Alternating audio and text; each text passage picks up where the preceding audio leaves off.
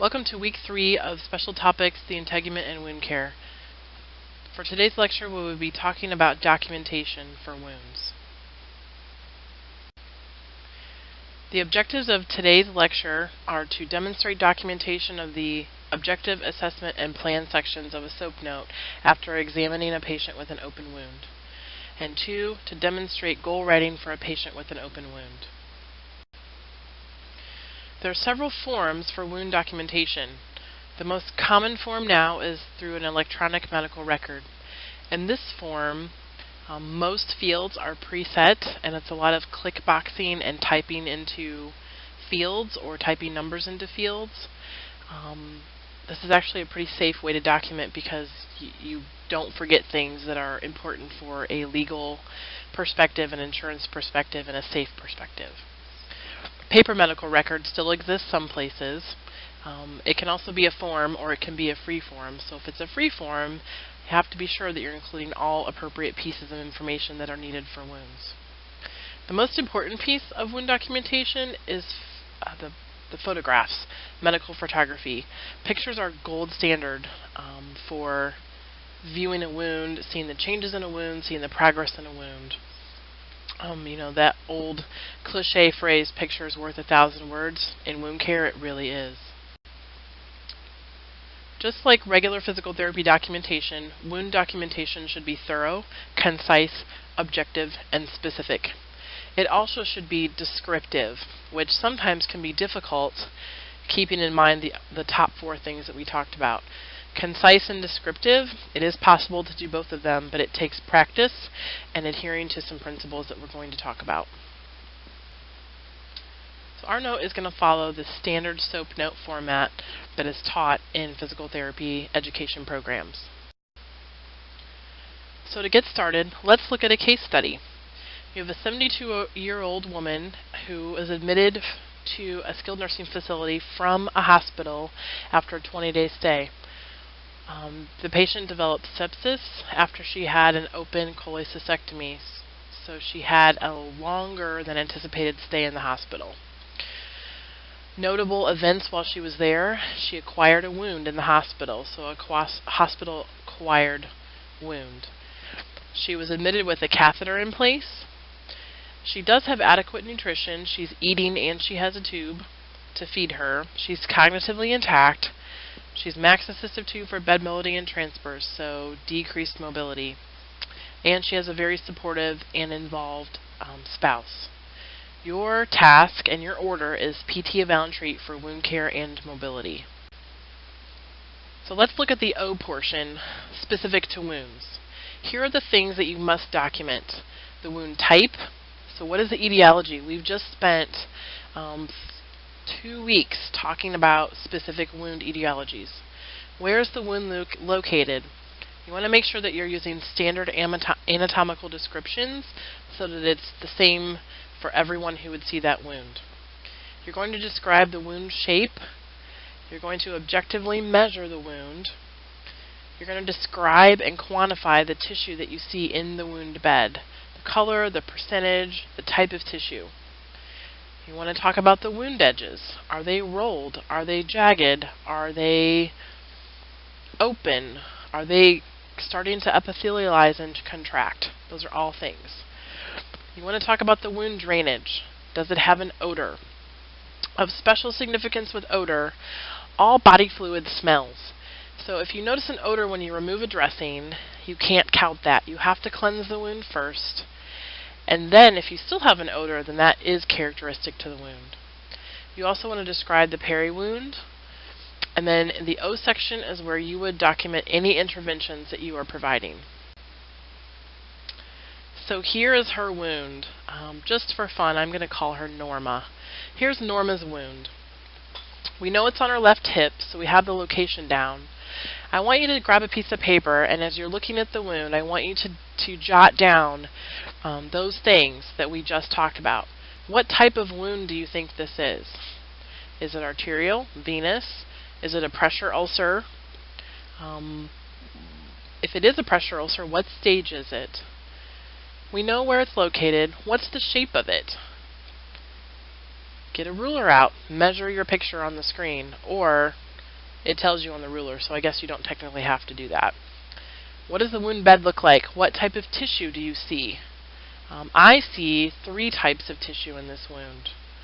We don't really have a good clear picture for drainage because we're just looking at the wound, and we don't know if it smells, but we can talk about the peri-wound. What does that look like? Okay, so what did you write down? Does it match what's on the screen? Did you say that it was a stage 3 pressure ulcer over the left greater trochanter? What makes it a stage 3? Well, we know that it's a pressure ulcer. It's over a bony prominence. It was acquired in the hospital, too. It's a stage 3 because it is full thickness tissue loss. It's down to a significant depth. We know that it's oval, and we know the measurements. Did you say that it had slough, dull gray tissue, and pink-red tissue? That's what I picked as well. As we move through the next few slides, the lines are going to remind us how to measure the length and the width of a wound. In this slide, we are using a technique that measures the longest length, and then the width is the greatest perpendicular width. This picture depicts using the clock method of 12 to 6 is length and 9 to 3 is width.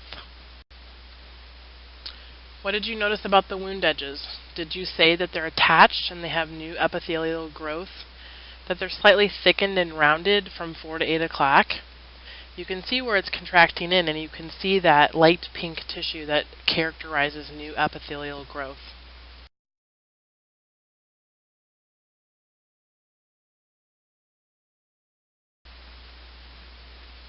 What about drainage? Well, like we discussed, you can't really determine drainage from the picture, but for the purposes of the case study, there's moderate, thin, serosanguinous drainage. So no indications of infection.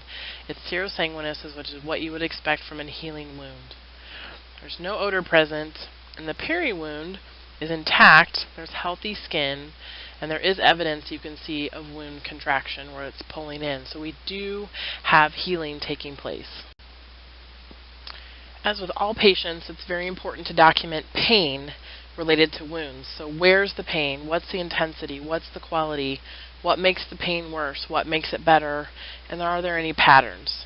So for the purpose of this case study, Norma has a 3 out of 10 on a pain scale, aching pain in her hip when she's on her side, and with wound care. So that's important to remember, that you want to try to make sure your patient has adequate pre-medication before you're going to do even an evaluation or a treatment or an intervention. You don't want to cause more pain by what you're doing. When she's offloaded or pressure redistribution, she doesn't have any pain in that hip. You also must check sensation. You'll remember from our lecture where we talked about a wound examination. Intact to light touch and peri-wound. She has good circulation. She has bilateral lower extremity pulses that are normal. And then we're doing our physical therapy evaluation, assessment and evaluation of her gait, her transfers, her functional mobility, her bed mobility, balance, and all that stuff. She is needing a lot of help to even just get up to sitting in the bed and to transfer to a chair. She's not ambulating at this time, and she needs moderate assist to maintain sitting balance on the bed. She also has a posterior loss of balance. So function-wise, she needs a lot of assistance right now. So now we've documented all of our wound objective pieces of information. We also need to include in our O section what interventions we're doing. So we're going to cleanse the wound with normal saline and gauze, so you want to document that. We're also doing selective non-surgical sharp debridement of non-viable tissue using forceps and a number 10 scalpel. No bleeding was observed. That seems like it's pretty specific and maybe a little too much information, but it's really not. We are required by CMS to document what kind of debridement we're doing, with what instruments, and we are not allowed by our Practice Act to make a patient bleed. That would mean that we've gotten into healthy tissue, and we are not able to do that with our physical therapy licensure. If you performed any modalities, you would want to document that as well, making sure you're talking about the type, the parameters, and how the patient responded to them. And then lastly, you want to include what your dressing is. It's most common to write it down in the order that you did it. That way it's very easy for the next person, if it's not you, to follow the same thing or to understand what you did if maybe it's been changed since you saw the patient. So we're going to document we did normal saline rinse following debridement, skin prep to the peri-wound, Santal, which is an enzymatic debrider. We'll talk about that next week. Wound filled with normal saline moistened gauze, covered with half of an ABD pad, and then secured with cover roll tape. You also want to document the rest of your interventions. So on your evaluation, you also helped her achieve some different positioning. You want to be specific about what you're doing here so that it can be replicated by the nurse and carried out by the rest of the team. You also were able to get her a different mattress overlay and a wheelchair cushion for her pressure redistribution when she's up. And then finally, you're going to document your patient and caregiver education. You spend some time talking with this patient's husband. You talk to them about your treatment plan, her positioning and turning schedule, and staying off of that left hip. So now that we've documented everything in our O section of our note, let's talk about our assessment, or the A. You want to include your prioritized problem list, your goals, your physical therapy diagnosis, your PT prognosis, and your impression. Your problem list for Norma would include that she has a stage 3 pressure ulcer on her hip. This increases her risk of infection. It's a problem that the granulation tissue is not healthy because it continues to have extra pressure. She also requires max assistive 2 for mobility and max assist for repositioning in bed. So she's at risk for further pressure injury because of her immobility. It's a problem that her wound is 30% yellow slough. Because of this devitalized tissue, there is a greater risk of infection, and you're not able to progress through the normal stages of healing to get granulation tissue formation.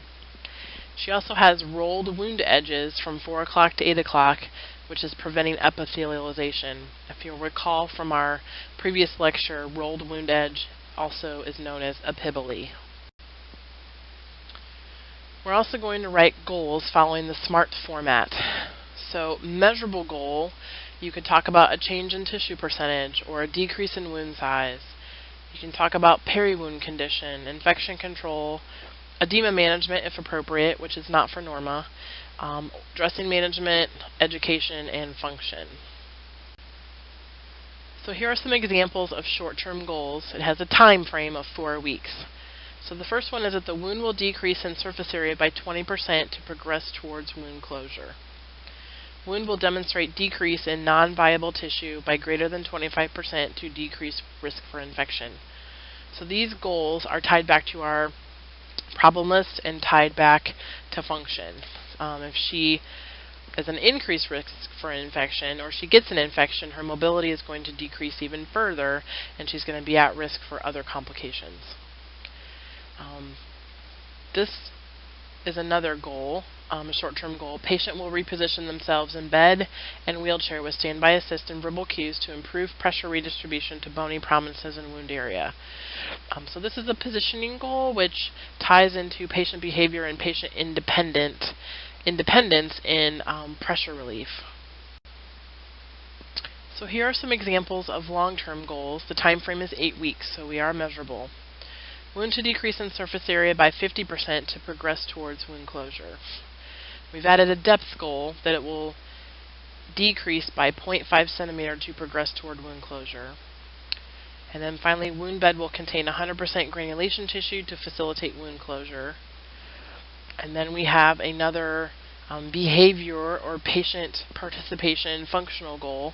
Patient and spouse will demonstrate independent management of wound care, including dressing changes and positioning to redistribute pressure. So our integumentary PT diagnosis from the Guide to PT Practice is the impaired integumentary integrity associated with full thickness skin involvement. And here's our prognosis for Norma. She has good potential for 100% wound closure. She has good family support. She's getting good nutrition. She's getting good care. She's progressing in her mobility. She's going to be able to get stronger. Her wound is showing signs of healing. Factors that may affect wound healing in a positive or a negative way. Her age. She has aging skin. She's 72. Medical condition and medical status, her nutrition and mobility, which we've talked about both of those, and then mechanical stress. So making sure that she's getting appropriate support services and positioning. So what is your PT impression? It should include your recommendations, and it should include your rationale for why you're doing what you're doing to promote wound healing. So in a nutshell, why is skilled PT necessary? Why does she need a physical therapist to do her wound care? Why can a nurse not do it? So what are the things that a PT brings to the table that characterize skilled PT intervention? So for Norma, that would be debriding her wound, providing modalities. So are we doing negative pressure with her? Are we doing any kind of other wound healing modalities? The dressing that we're doing, making sure she has appropriate shoes and orthotics for mobility if she needs them, providing therapeutic exercise, functional mobility interventions, and then collaborating with the team. You can see on the other column what other wound care team members may be doing for Norma. So what's our plan of care? We want to specify how often we're going to see Norma and how long we're going to see Norma. Do we need to see her every day for wound care and mobility, or are we doing wound care every other day, mobility every day? That would be very specific. How long do we plan to see her while she's at her skilled nursing facility for rehab? Do we anticipate that she'll be there for 2 weeks, for 4 weeks, for 8 weeks? We set our goals for 4 and 8 weeks, so that probably should correlate to our duration. What specific interventions are we going to be doing for Norma? Are we going to be doing debridement? We're going to be doing dressing changes. We're going to be doing mobility. And then finally including a plan for reevaluation. When are we going to reevaluate her status for her wound and mobility? And do we need to make any referrals?